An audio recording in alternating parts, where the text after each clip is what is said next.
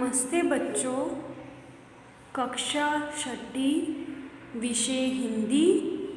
आज हम पढ़ेंगे स्वर नाम के विषय में कि हम स्वर नाम किसे कहते हैं, क्योंकि हिंदी में संज्ञा के बाद जो महत्वपूर्ण विषय आता है वो है स्वर नाम।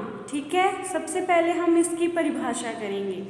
संज्ञा के स्थान पर प्रयोग किए जाने वाले शब्दों को क्या कहते हैं हम? स्वर नाम। ठीक है, संज्ञा के स्थान पर, ठीक है, जो शब्द प्रयोग करते हैं उन्हें क्या कहते हैं? स्वर नाम। जैसे मैं, हम, वह, तुम, ये आदि। ठीक है, ये सभी क्या है? स्वर नाम।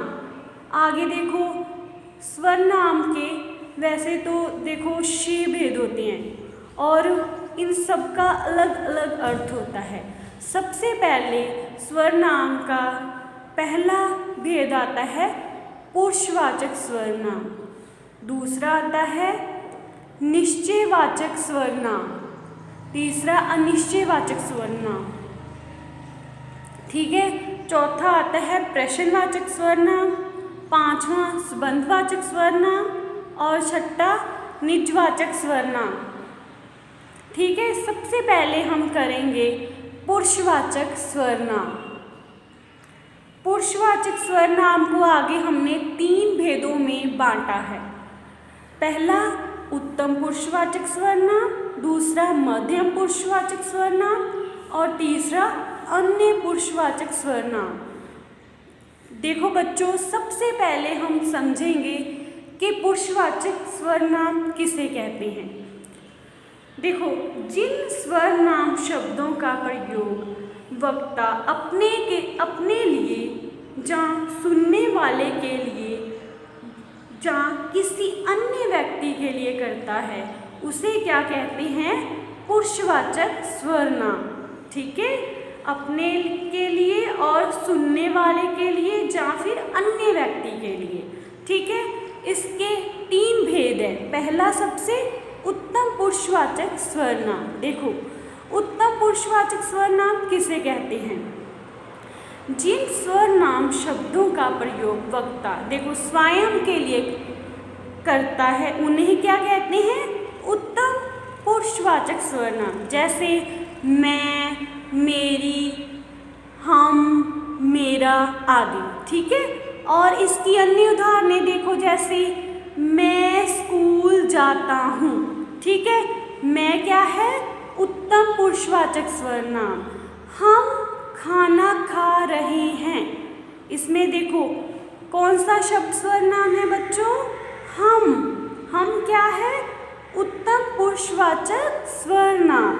मेरी नानी गांव में रहती है, इसमें देखो कौन सा शब्द है? मेरी ना, नानी तो नहीं हम कह सकते, इसलिए मेरी क्या है? उत्तम पुरुषवाचक स्वर नाम। आगे है दूसरा भेद पुरुषवाचक स्वर नाम का, मध्यम पुरुषवाचक स्वर नाम। ठीक है, देखो इसकी परिभाषा। जिन स्वर नाम शब्दों का प्रयोग वक्ता, बोलने वाले, श्रोता, सुनने वाले। देखो, वक्ता किसे कहते हैं? बोलने वाले, श्रोता सुनने वाले। जब देखो हम टीवी देखते हैं, गाने सुनते हैं तो हम श्रोता होते हैं, या फिर हम मैच देखने जाते हैं मैदान में तो हम देखते हैं ना, तो उन सबको क्या कहते हैं? श्रोता। जब हम फिल्म देखने जाते हैं, ठीक है, उन्हें क्या कहते हैं? मध्यम पुरुषवाचक स्वर नाम। जैसे तू, तुम, आप आदि। ठीक है, देखो इसकी और उदाहरण देखो, जैसे तुम कहाँ जा रहे हो। तुम कौन सा शब्द हुआ? मध्यम पुरुषवाचक स्वर नाम। आप बाजार जा रहे हो, आप क्या है? मध्यम पुरुषवाचक स्वर नाम। तू कब खाना खाएगा?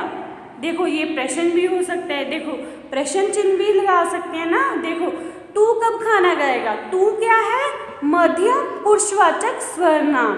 आगे है अन्य पुरुषवाचक स्वर नाम। देखो, जिन स्वर नाम शब्दों का प्रयोग वक्ता, भाव बोलने वाला, अपने और सुनने वाले अलावा किसी अन्य जैसे किसी अन्य भाव दूसरे के लिए, जिसके बारे में हम बात कर रहे हैं, ठीक है। अन्य भाव दूसरे के बारे में जिसके विषय में हम बातचीत कर रहे हैं के लिए करते हैं, उन्हें क्या कहते हैं? अन्य पुरुषवाचक सर्वनाम। जैसे वह,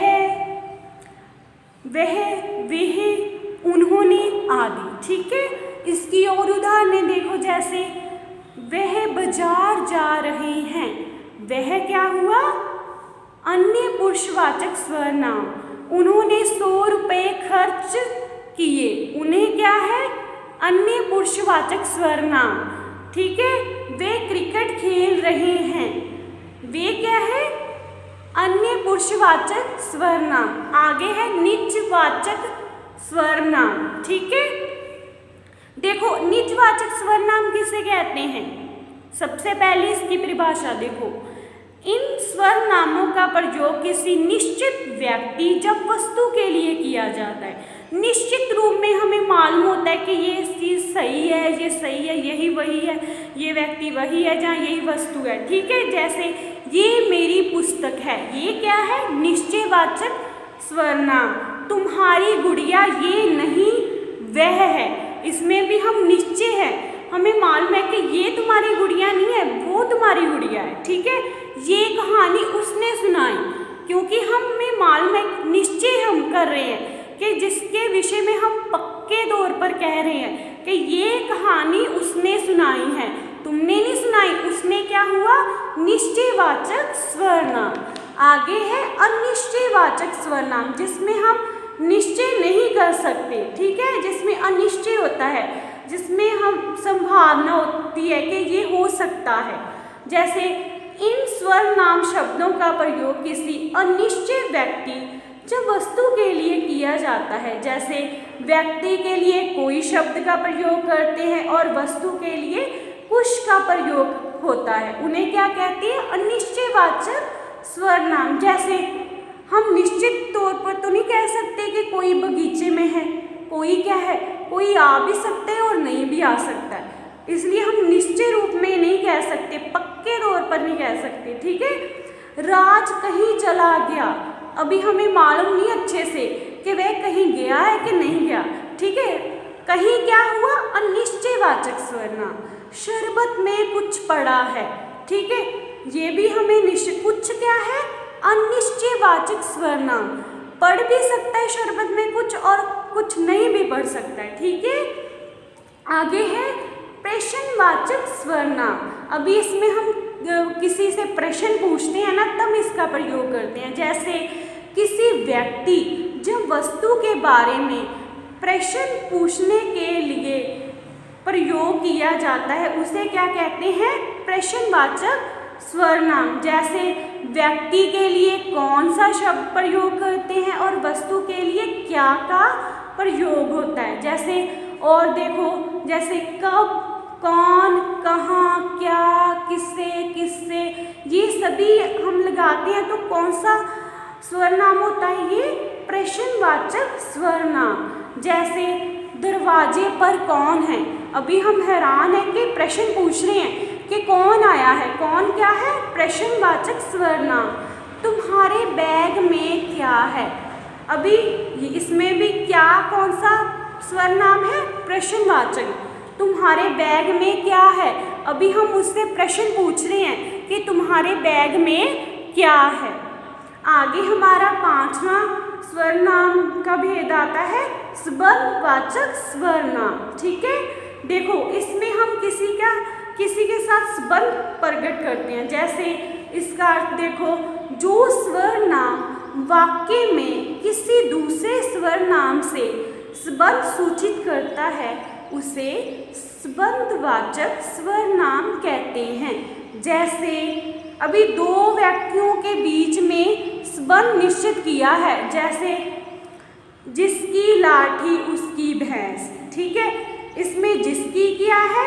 संबंधवाचक, और उसकी भी क्या है? संबंधवाचक। जहाँ ना पहुँचे रवि वहाँ पहुँचे कवि, जहाँ क्या हुआ? संबंधवाचक सर्वनाम, और वहाँ भी क्या हुआ? संबंधवाचक सर्वनाम। जो करेगा सो भोगेगा, जो क्या? संबंधवाचक सर्वनाम और सो भी क्या संबंधवाचक सर्वनाम। देखो इसमें हम जब एक दूसरे के साथ संबंध को सूचित करते हैं, जैसे भाई बहन का संबंध, ये सभी क्या है संबंधवाचक सर्वनाम। आगे हमारा अंतिम आ गया सर्वनाम का भेद निजवाचक सर्वनाम। देखो ऐसे सर्वनाम जिनका प्रयोग अपने या स्वयं के लिए किया जाता है उन्हें क्या कहते हैं निजवाचक सर्वनाम। जैसे खुद, खुद, अपने आप, स्वयं आदि। ठीक है, ये क्या है हम अपने आप के लिए प्रयोग करते हैं या स्वयं के लिए। जैसे तुम अपना काम स्वयं करोगे, अभी स्वयं क्या हुआ निजवाचक सर्वनाम। मैं गृह कार्य खुद करूँगी, खुद क्या हुआ निजवाचक सर्वनाम। मैं खाना अपने आप खा लूँगी, इसमें देखो अपने आप क्या हुआ निजवाचक सर्वनाम। तो ये सभी क्या थे निजवाचक सर्वनाम की उदाहरण। तो देखो बच्चों आज हमने किया सर्वनाम विषय, जो हमारा हिंदी में बहुत ही महत्वपूर्ण विषय है। ठीक है, आप सभी बच्चों ने इसे बहुत ध्यान से पढ़ना है और याद करना है। ठीक है, अच्छे से पढ़ना है। धन्यवाद।